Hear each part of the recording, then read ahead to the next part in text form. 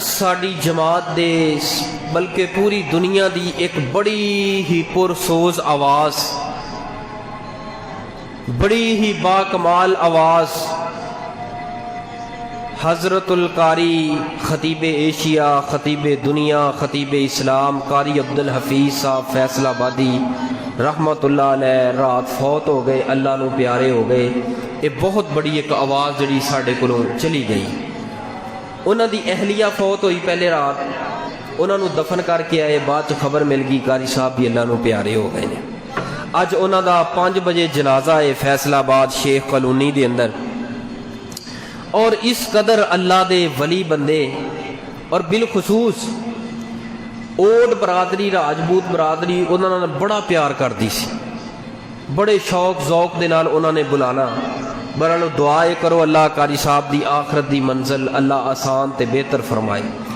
قاری صاحب دی زندگی دے سب نالوں زیادہ جڑے بیانات نے او سن شان صحابہ تے۔ شان صحابہ اس قدر جوم جوم کے بیان کرنی، ختم نبوت اس قدر جوم جوم کے بیان کرنی، اور شان صحابہ دے اندروں بالخصوص سیدنا عثمان غنی رضی اللہ تعالی عنہ دی عظمت شان تے بڑا پرسوز، بڑا مدلل خطاب تے بیان فرمایا کرنا،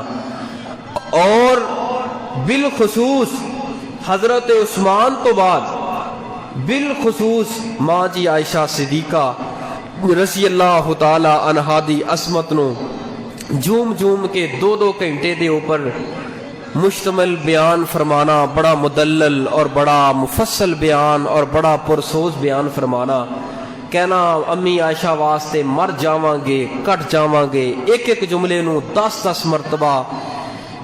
50 مرتبہ بیان کرنا۔ ماں جی عائشہ تے ساڈا تن قربان ہے، دن قربان ہے، جان قربان ہے، اولاد قربان ہے، ماں قربان ہے، ساڈا کنبہ قبیلہ برادری اہل و عیال سب کچھ قربان ہے، ماں جی واسطے سب کچھ ماں دے دوپٹے تو قربان کر دیواں گے۔ اللہ نے انہاں جملیاں نو اتنا پسند کیتا،